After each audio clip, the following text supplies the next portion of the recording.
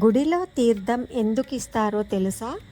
ఆలయానికి వెళ్ళినప్పుడు దైవ దర్శనం అనంతరం పురోహితులు అకాల మృత్యుహరణం, సర్వవ్యాధి నివారణం, సమస్త పాపక్షయకరం, పాదోదకం పావనం అనే మంత్రాన్ని చెబుతూ తీర్థాన్ని 3 సార్లు చేతిలో వేస్తారు. అమృత సమానంగా భావించే తీర్థంలో పంచామృతాలు, తులసి దళాలు, సుగంధ ద్రవ్యాలు, మంత్రశక్తులు ఉంటాయి. వీటి వల్ల ఆ తీర్థం అత్యంత పవిత్రంగా మారుతుందని పురోహితులు చెబుతున్నారు.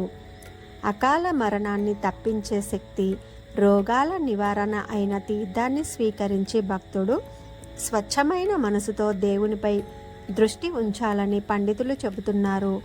3 సార్లు ఇచ్చే తీర్థంలో 1వసారి తీర్థం తీసుకుంటే శారీరక మానసిక శుద్ధి జరుగుతుంది.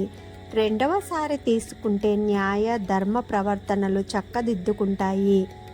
ఇక 3వసారి తీసుకునేటప్పుడు పరమేశ్వరుడి పరమపదం అనుకొని తీసుకోవాలి. వీటిని సేవించటం ద్వారా కనిపించని రోగాలు కూడా త్వరగా నయం అవుతాయని పురాణాలు చెబుతున్నాయి. తీర్థం 3 సార్లు తీసుకున్నప్పుడు కూడా కుడి చేయి క్రింద ఎడమ చేయిని ఉంచి తీసుకోవాలి. కుడి చేయి చూపుడు వేలు బొటన వేలిని మడిస్తే ముద్ర వస్తుంది.